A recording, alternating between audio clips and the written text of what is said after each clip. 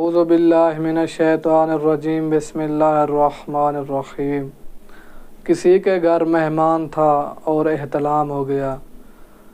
مثلاً کوئی کسی کے ہاں مہمان جاتا ہے اور وہاں اسے احتلام ہو جاتا ہے اور اس نے روزہ بھی رکھنا ہے، نماز بھی پڑھنی ہے اور اس کے پاس کوئی اور لباس بھی نہیں ہے پہننے کو، تو اس صورت میں وہ کیا کرے گا؟ سب سے پہلے اس کا جواب یہ ہے کہ جو پہلی بات ہے وہ روزے کی شرائط میں سے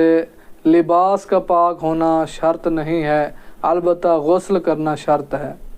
تو اس صورت میں اسے چاہیے کہ وہ غسل کر لے اذان صبح سے پہلے تو اس کا روزہ ٹھیک ہوگا۔ ہاں، اگر غسل کرنے کے بھی اسباب مہیا نہیں ہیں، مثلاً وہ وسائل نہیں ہیں، پانی وغیرہ وغیرہ جو بھی غسل کی شرائط میں سے ہیں، اگر وہ بھی مہیا نہیں ہیں اسباب، تو اس صورت میں اسے چاہیے کہ وہ تیمم کر لے اور روزہ رکھے اور دن میں کسی بھی وقت جا کر غسل کر لے، اس کا روزہ ٹھیک ہوگا۔ لہٰذا جس صورت میں وہ غسل کرے گا ایسی صورت میں اور روزے کی نیت کر لے گا اور نماز کی شرائط میں سے لباس کا پاک ہونا ضروری ہے، اور اس نماز کی بعد میں وہ جب لباس بھی پاک پہن لے تو اس کی قضا کرنا ضروری ہوگی، تو اس صورت میں اس کا روزہ باطل نہیں ہوگا۔